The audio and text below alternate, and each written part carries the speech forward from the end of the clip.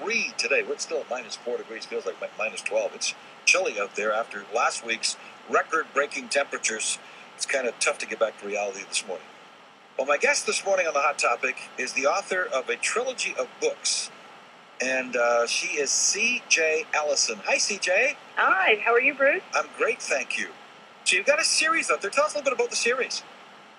It's really a fun series for paranormal readers, so it depends on what people like. But, you know, the vampire craze is pretty hot right now, and I really enjoy writing the books. I've got a female and an ancient vampire and her husband, who is a human, and they run a resort together in Alaska.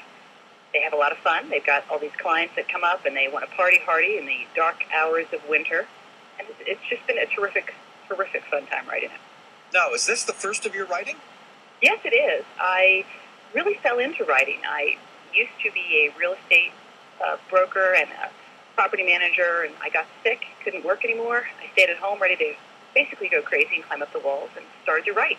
I've been reading the genre for years, and what I really saw a lack of was any type of married protagonist in a story. And I just didn't know why. It's so much fun to read about the adventures of a married couple trying not to kill each other in their sleep. And yet it seemed as if the genre I loved was completely neglecting it.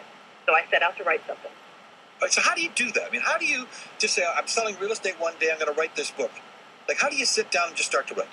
You know, the interesting part is I went to a book club. Now, I know a lot of ladies who are listening probably are in book clubs. And sometimes after the wine starts flowing, you start chatting for a while. I had a girlfriend admit she was writing a book. And then within a few minutes, another girlfriend admitted she writes a book.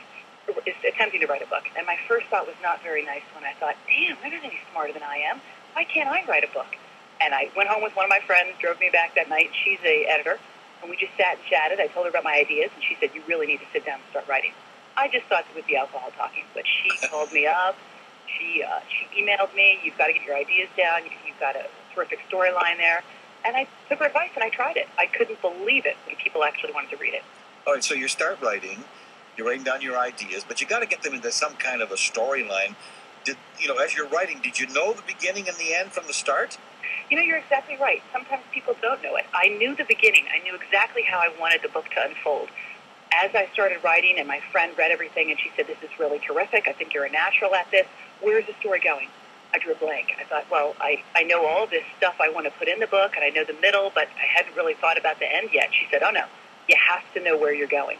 So after I wrote maybe the first 3 or 4 chapters, I sat down and outlined the entire book, went over every single chapter, and went over it with her. She loved it, so I just continued to go with that. All right, so we've done it. The first book was called? Vampire Vacation. Set in Alaska, so why Alaska? I couldn't understand why no one else had done an Alaskan story on vampires, because it's dark all the time in the winter. It seemed like the perfect spot they'd go to party all night. Later on, I found out that someone had. It was called 30 Days of Night. It was a graphic comic. It became a horror movie. But my book was nowhere near that genre, so I figured, well, what the hey? No one's going to really care. And it's turned out amazing. It's got a great response from the readers. They all say the same thing. What a unique idea, you know, a vampire vacation resort in Alaska, and no one has ever done anything like it before. So it's been well received and a lot of fun. All right, when I got the note from the publicist about your book, the heading was Making Monogamy Work. Why making monogamy work? In this series, I have like I said before, a husband and wife team. Pretty much every other best-selling book out there does not have a husband and wife working together. I see these heroines who are super strong, who solve all these crimes and do everything that's unbelievable, and they bed hop, where they can never be happy in a relationship. And I didn't like it. I wanted what I saw in my own life.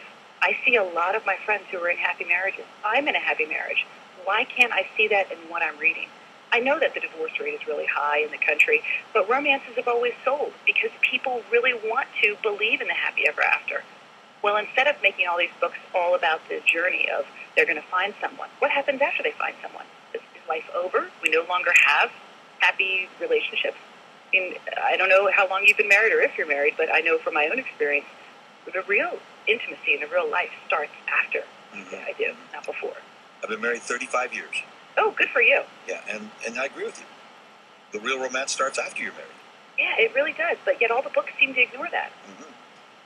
All right, so we got the romance, we've got the monogamy. How did you get the idea for your characters? I like to borrow from a lot of the people around me. So there have been times in my life where I might run into a nasty person in the PTA, and she just happens to wind up to be a villain later on in some of my books. Or I've got some neighbors who are really good friends of mine. I borrowed some personality traits and some quirks from them. I had a good friend who called me up and said, "Hey, I know you're writing this book, and I love to play an April Fool's joke on my husband. Could you send out like a character description to everyone in the neighborhood and ask their opinion on it, and let's base it on Andy?" And so I did. And he opens up the email, and he calls his wife up. "Hey, did that character sound familiar to you?" She's just cracking up because the whole thing was an April Fool's joke. But yet it went over so well, I wound up making his character in the book. All right, so the first one is out. So is the second book out, right? Yeah, the second book is out, and the third book comes out the late April. Second book is called The Hunt. The Hunt, yes. And then it's Big Game. Big Game. And is there a fourth?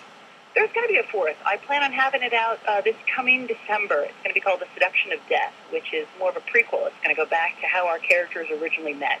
Because like we said, everyone does love a romance. Everyone loves to see how the characters got together. And I've had a ton of reader emails saying, "Please, can you tell me Vivian and Ray's story from the start?" Because here we are catching up with them in these three books 65 years after they've been married. C.J. Ellisson is my guest. She's the author of these books about vampires and love. I got to ask the question. I mean, Twilight became a great big movie series. Out now is Hunger Games. That's going to be a great big movie series. Have there been any bites at all? Not yet. I hate to say it, but I'm virtually an unknown in the publishing world. I'm new. There's so many other authors out there that I really appreciate having exposure like yours with this interview, and my publicist is getting my name out there. So who knows what the future may hold. Is it something you'd hope for? I think every author, that would be their dream come true. Can you imagine, you write something and someone thinks it's good enough to put it into a movie? Mm-hmm. I think it would be amazing. The only thing that would trouble me a little bit is because then somebody gets to interpret it, and it may not be your interpretation. I agree, and that does happen with a lot of really terrific books. The True Blood series on HBO, it is similar to the book, but I read those books over a decade ago and continued on as the author wrote them, and the HBO interpretation is very different from what the original books were. But I think that author has been given enough money that she's really not too worried about it. Yeah, money can settle a lot of hurts, can it? CJ, where can people get the book? It's online is probably the easiest. If you go to a bookstore, you're going to have to ask for me because, like I said, I'm a nobody. They're not going to have it in the bookstores. But if you go to Amazon and Barnes & Noble and even some of the larger ones like Kobo and Powell's and Diesel, you're going to find my books. Excellent. CJ, thanks so much. Thanks so much for having me, Bruce. I really appreciate it. You have a great day. You too. Bye-bye. Looking for fun this summer? AutoWizard.ca has